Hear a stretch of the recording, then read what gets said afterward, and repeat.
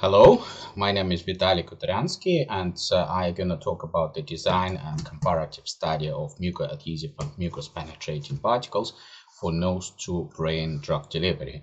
And this work is a joint collaboration between myself at University of Reading and my colleagues from Kazan State Medical University in Russian Federation. Intranasal administration has a long tradition in drug delivery, and recently it received a lot of interest because of the possibilities to target the brain and bypass blood-to-brain barrier. When the drug is administered via nasal cavity, it could diffuse through the olfactory nerves and it could get to the brain.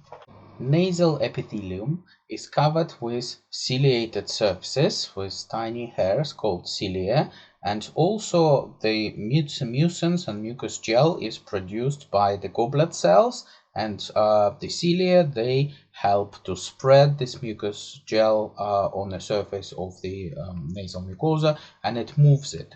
And this is called mucociliary clearance, and this mechanism is evolved because of the need to trap foreign particles and to transport them through our gastrointestinal system, where they will be digested and deactivated. This natural defense mechanism results in challenges for the nasal drug delivery because the drug, when it is administered via nasal route, could potentially be moved away and could not reach drug molecules, could not reach the epithelial surfaces. From this perspective, it was interesting to look at two kinds of nanoparticles. One kind of nanoparticles will be mucoadhesive, and they will adhere to the surface of the mucus, and possibly they will be less diffusive but more retentive. And another kind of nanoparticles which will be mucus-penetrating, which will be able to quickly penetrate through the mucus blanket and to reach the epithelium. In this work, we have developed these two types of nanoparticles using commercially available polymers called Eudragits. Eudragits are manufactured by the German company called Evonik, and they manufacture different brands of Eudragits. For example, cationic Eudragit, which could be potentially protonated, therefore it is cationic, and anionic Eudragit, Eudragit L155, which could be deprotonated, so it becomes anionic. And because these polymers are oppositely charged, in solutions they are able to form interpolyelectrolyte complexes. So when these polymers are mixed in a solution, they could form interpolyelectrolyte complexes, and that will be our mucoadhesive nanoparticles. And these nanoparticles will be mucoadhesive because of the presence of charged group on their surface. For example, if we will prepare the interpolyelectrolyte complexes with excess of cationic polymer, then these particles will have a positively charged surface. And if these are prepared in the excess of anionic polymer, then these particles will be negatively charged. So we have prepared these particles in this work, and we also have prepared a modified version of these particles where anionic Eudragit was conjugated with polyethylene glycol, with short chain of polyethylene glycol, and the particles were also formed, but the surface was PEGylated, so much less charged, and all the charges were shielded from the environment. The PEGylation of Eudragit L155 was achieved through the reaction of this polymer with amino-terminated PEG, and this reaction was mediated with EDC NHS catalysts, and this was resulting in some of the carboxylic groups substituted with the PEG chains, and the PEG chains were linked to carboxylic groups via amide bond. And the success of this synthesis was confirmed with infrared spectroscopy. Also, it was confirmed with the data of differential scanning calorimetry, where the typical melting peak for PEG its presence was observed in the DSC scan of PEGylated derivative. Additionally, we have confirmed the successful synthesis using NMR spectroscopy and elemental analysis for nitrogen. Once the PEGylated derivatives were prepared, then we have prepared two types of particles, non-PEGylated and PEGylated particles of interpolyelectrolyte complexes, and studied them using dynamic light scattering and transmission electron microscopy as shown in this slide. And what we have observed that the particles based on PEGylated Eudragit had a slightly different morphology compared to non-PEGylated Eudragit. We could clearly see the difference between this image and this image. And also these particles showed good stability with time, and this series of images, they show what happens with these particles upon storage.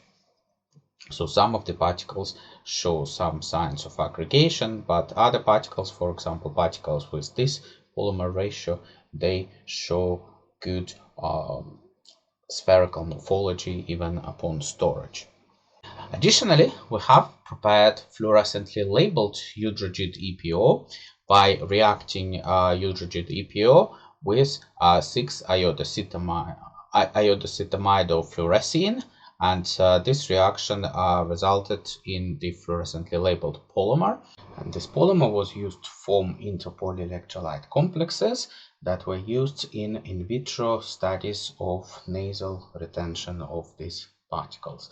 How we did these retention experiments?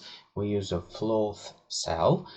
We placed freshly excised sheep nasal mucosa into this flow cell. We administered fluorescently labeled nanoparticle formulation on the surface of the mucosa, and we washed it with artificial nasal fluid. And each wash we looked at the mucosal tissue under fluorescent microscope, generated images, and then analysis of these images, it gave us the numerical values that will show us retention profiles. And what we have established that the nanoparticles that were not coated with PEG exhibited greater mucoadhesive properties. They are in blue, and when the nanoparticles were PEGylated, then their mucoadhesive properties, their retention profile was much poor, so the particles were non-retentive, and we believe that they are more mucus penetrating. For our in vivo studies, we have developed these two types of nanoparticles loaded with haloperidol, and haloperidol is a psychoactive drug that could cause catalepsy in rats. Catalepsy is a nervous condition characterized by muscular rigidity and fixation of posture regardless of external stimuli, as well as decreased sensitivity to pain.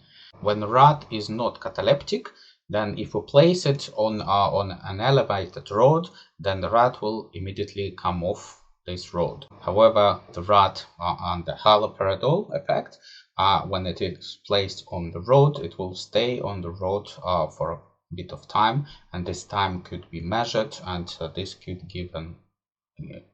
give us an idea of the intensity of catalepsy and duration. And this slide shows us the summary of our in vivo experiments for the time spent by rats on the bar as a function of time since the nasal administration was happened. What we could see here that the PEGylated nanoparticles show much more intensive effect earlier at 10 minutes post administration, whereas the mucoadhesive nanoparticles showed much less intensive effect, but this effect was still more pronounced than the case when haloperidol was administered nasally without any polymeric excipient.